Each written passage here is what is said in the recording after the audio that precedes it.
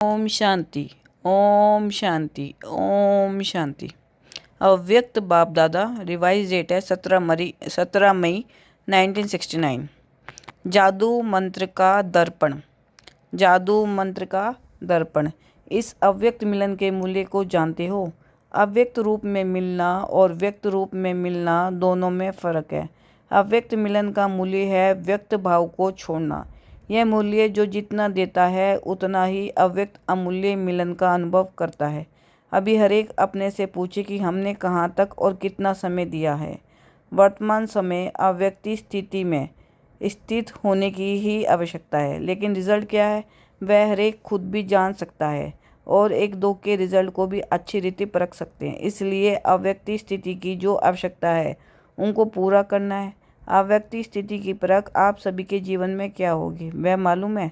उनके हर कर्म में एक तो अलौकिकता और दूसरा हर कर्म करते कर्मेंद्रियों से अतीन्द्रिय सुख की महसूसता आएगी। उनके नैन चैन उनकी चलन अतीन्द्रिय सुख में हर वक्त रहेगी। अलौकिकता और अतीन्द्रिय सुख की झलक उनके हर कर्म में देखने में आएगी, जिससे मालूम पड़ेगा कि ये व्यक्त में होते अव्यक्त स्थिति में स्थित है। अगर ये दोनों ही चीज़ें अपने कर्म में देखते हो तो समझना चाहिए कि अव्यक्त स्थिति में स्थित है। अगर नहीं है तो फिर कमी समझ पुरुषार्थ करना चाहिए। अव्यक्त स्थिति को प्राप्त होने के लिए शुरू से लेकर एक स्लोगन सुनाते आए हैं। अगर वह याद रहे तो कभी भी कोई माया के विघ्नों में हार नहीं हो सकती है। ऐसा सर्वोत्तम स्लोगन हर एक को याद है। हर मूल्य में भिन्न भिन्न रूप से वह स्लोगन आता ही है। मन मना भव। हम बाप की संतान हैं, वह तो है ही, लेकिन पुरुषार्थ करते करते जो माया के विघ्न आते हैं उन पर विजय प्राप्त करने के लिए कौन सा स्लोगन है? स्वर्ग का स्वराज्य हमारा जन्मसिद्ध अधिकार है और संगम के समय बाप का खजाना जन्मसिद्ध अधिकार है। ये स्लोगन भूल गए हो, अधिकार भूल गए हो तो क्या होगा? हम किस किस चीज़ों के अधिकारी हैं वह तो जानते हो, लेकिन हमारे ये सभी चीज़ें जन्मसिद्ध अधिकार है। जब अपने को अधिकारी समझेंगे तो माया के अधीन नहीं होंगी। अधीन होने से बचने लिए अपने को अधिकारी समझना है। पहले संगम युग के सुख के अधिकारी हैं और फिर भविष्य में स्वर्ग के सुखों के अधिकारी हैं। तो अपना अधिकार भूलो नहीं। जब अपना अधिकार भूल जाते हो तब कोई ना कोई बात के अधीन होते हो, और जो पराधीन होते हैं वह कभी भी सुखी नहीं रह सकते। पराधीन हर बात में मनसा वाचक रमना दुख की प्राप्ति में रहते, और जो अधिकारी है वह अधिकार के नशे और खुशी में रहते हैं, और खुशी के कारण सुखों की संपत्ति उन्हों के गले में माला के रूप में पहनी हुई होती है। सतयुगी सुखों का पता है? सतयुग में खिलौने कैसे होते हैं? वहाँ रत्नों से खेलेंगे। आप लोगों ने सतयुगी सुखों की लिस्ट और कलयुगी दुखों की लिस्ट तो लगाई है, लेकिन संगम के सुखों की लिस्ट बनाएंगे तो इससे भी दुगने हो जाएंगे। वही सतयुगी संस्कार अभी भरने हैं। जैसे छोटे बच्चे होते हैं, सारा दिन खेल में ही मस्त होते हैं, कोई भी बात का फिक्र नहीं होता है। इसी रीति हर वक्त सुखों की लिस्ट, रत्नों की लिस्ट बुद्धि में दौड़ाते रहो, अथवा इन सुखों रूपी रत्नों से खेलते रहो, तो कभी भी ड्रामा के खेल में हार ना हो। अभी तो कहाँ कहाँ हार भी हो जाती है। बाप दादा का स्नेह बच्चों से कितना है? बाप दादा का स्नेह अविनाशी है और बच्चों का स्नेह कभी कैसा रहता है। एक रस नहीं है। कभी तो बहुत स्नेह मूर्त देखने में आते हैं, कभी स्नेह की मूर्ति के बजाय कौन सी मूर्त दिखाई पड़ती है? वह तो स्नेह ही है, वह तो संकटमय। अपने मूर्त को देखने लिए अपने पास क्या रखना चाहिए? दर्पण। दर्पण हर एक पास है। अगर दर्पण होगा तो अपना मुखड़ा देखते रहेंगे और देखने से जो भी कमी होगी उनको भरते रहेंगे। अगर दर्पण ही नहीं होगा तो कमी को भर नहीं सकेंगे। इसलिए हर वक्त अपने पास दर्पण रखना।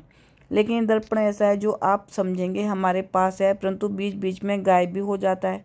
जादू मंत्र का दर्पण है, 1 सेकंड में गायब हो जाता है। दर्पण कैसे अविनाशी कायम रह सकता है? उसके लिए मुख्य क्वालिफिकेशन कौन सी होनी चाहिए? जो अर्पण में होगा उनके पास दर्पण रहेगा। अर्पण नहीं तो दर्पण भी अविनाशी नहीं रह सकता। दर्पण रखने लिए अपने आप को पूरा अर्पण करना पड़ेगा, जिसको दूसरे शब्दों में सरस्वती त्यागी कहते हैं। सरस्वती त्यागी के पास दर्पण होता है। अव्यक्ति मिलन भी वही कर सकता है जो अव्यक्ति स्थिति में हो। वर्तमान समय अव्यक्ति स्थिति में ज़्यादा कमी देखने में आती है। 2 बातों में तो ठीक है, लेकिन बाकी तीसरी बात की कमी है। एक है कथन, दूसरा है मंथन। ये 2 बातें तो ठीक है ना, ये दोनों सहज है। तीसरी बात को सूक्ष्म है। वर्तमान समय जो रिजल्ट देखते हैं मंथन से कथन ज़्यादा है। बाकी तीसरी बात कौन सी है? एक होता है मंथन करना, दूसरा होता है मगन रहना। वह होती है बिल्कुल लवलीन अवस्था। तो वर्तमान समय मंथन से भी ज़्यादा कथन है। पहला नंबर उसमें विजयी है, दूसरा नंबर मंथन में, तीसरा नंबर है मगन अवस्था में रहना।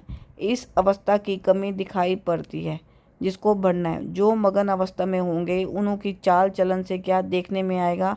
अलौकिकता और अतीन्द्रिय सुख। मगन अवस्था वालों को ये गुण हर चलन से मालूम होगा। तो यह जो कमी है उसे बढ़ने का तीव्र पुरुषार्थ करना है। पुरुषार्थी तो सभी हैं, तब तो यहाँ तक पहुँचे हैं, लेकिन अभी पुरुषार्थी बनने का समय नहीं है। अभी तीव्र पुरुषार्थी बनने का समय है। बनना है तीव्र पुरुषार्थी और बनेंगे पुरुषार्थी तो क्या होगा? मंजिल से दूर रह जाएंगे। अभी तीव्र पुरुषार्थी बनने का समय चल रहा है। इससे जितना लाभ उठाना चाहिए उतना उठाते हैं व नहीं, वह हर एक को चेक करना। इसलिए कहा जाता है कि अपने पास हरदम दर्पण रखो तो कमी का झट मालूम होगा और अपने पुरुषार्थ को तीव्र करते आगे चलते रहेंगे। अच्छा, आज कुमारियों की सर्विस की तिलक का दिन है। जैसे आप लोगों के म्यूजियम में ताजपोशी का चित्र दिखाया है ना, लेकिन आपकी सर्विस की तिलक के दिवस पर देखो कितनी बड़ी सभा इकट्ठी हुई है, इतनी खुशी होती है। लेकिन यह याद रखना, जितने सभी के आगे तिलक लगा रहे हो इतने सभी आप सभी को दिखेंगे। सभी के बीच में तिलक लग रहा है, यह नहीं भूलना। इतना हिम्मतवान बनना है। इस तिलक की लाज रखनी है। तिलक की लाज माना ब्राह्मण कुल की लाज।